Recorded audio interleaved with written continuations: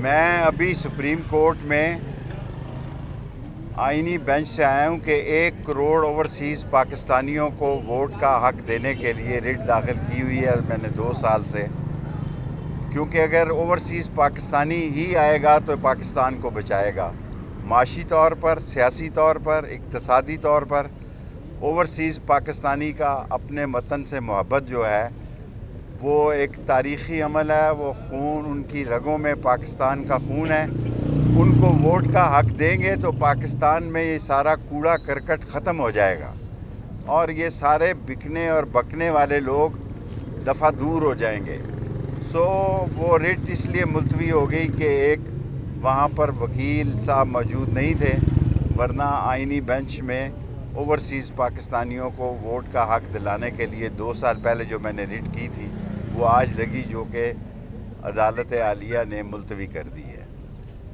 बाकी अगर आपका कोई सवाल है तो मैं शेख साहब ये बताइएगा, एक तो ये बताइएगा वो हाई कोर्ट में आपने किस मुकदमे में पेश हुए, दूसरा कल आपकी बानी पीटीआई से जेल में मुलाकात के बड़े चर्चे हैं। कोई देखें, वो तो आपने उस बात को बड़ा उछाल दिया सोशल मीडिया ने कि वो आए, वो मुझसे बगलगीर हुए और हाँ चलें जी, बोसा भी लिया और उन्होंने कहा कि हम एक हैं।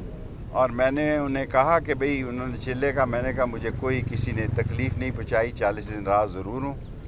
और बाकी उन्होंने जो सियासी बातें की वो उमर अयूब साहब से की, मैं मुनासिब नहीं समझता कि वो बातें जो उन्होंने उमर अयूब को हदायत दी वो मैं आपके सामने। शेख साहब ये बता दीजिएगा, इमरान खान से बड़े अरसे बाद मुलाकात हुई, बड़ी मेरी जी, तो अब क्या वापस पीटीआई की तरफ आप उनके साथ? मैं वहीं हूँ, मैं सियासत में इतनी दिलचस्पी नहीं ले रहा और उन्होंने मुझे कहा कि हम दोनों एक हैं और आप वाकई नस्ली और असली हैं। सर शेख साहब ये बताइएगा और कि मीडिया लेकिन से मैं क्यों आज की बड़े अरसे से मतलब मीडिया से दूर हैं? कोई मीडिया से मैं इसलिए दूर हूँ कि मुझे कहा गया कि मैं मीडिया से दूर रहूँ।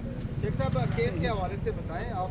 मेरा केस इंसदाद दहशत गर्दी में सिर्फ 11 केस रह गए हैं और 11 केसेस में भी जो है वो जो अल्लाह करेगा बेहतर करेगा, कोई शाती नहीं है। और मैं पाकिस्तान में नहीं था, मैं पाकिस्तान में एक वाहिद मिसाल बनूंगा इस केस की कि 11 केसेस एक ऐसे शख्स पे डाले गए हैं जो पाकिस्तान में ही मौजूद नहीं था। मैं अभी सुप्रीम कोर्ट में आईनी बेंच से आया हूं कि 1 करोड़ ओवरसीज़ पाकिस्तानियों को वोट का हक देने के लिए रिट दाखिल की हुई है मैंने 2 साल से। क्योंकि अगर ओवरसीज़ पाकिस्तानी ही आएगा तो पाकिस्तान को बचाएगा, माशी तौर पर, सियासी तौर पर, इक़्तिसादी तौर पर।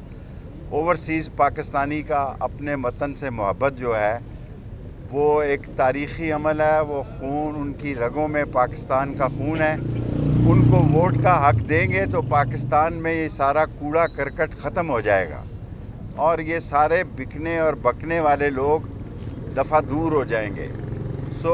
वो रिट इसलिए मुलतवी हो गई कि एक वहाँ पर वकील साहब मौजूद नहीं थे, वरना आईनी बेंच में ओवरसीज़ पाकिस्तानियों को वोट का हक दिलाने के लिए 2 साल पहले जो मैंने रिट की थी वो आज लगी, जो कि अदालत आलिया ने मुलतवी कर दी है।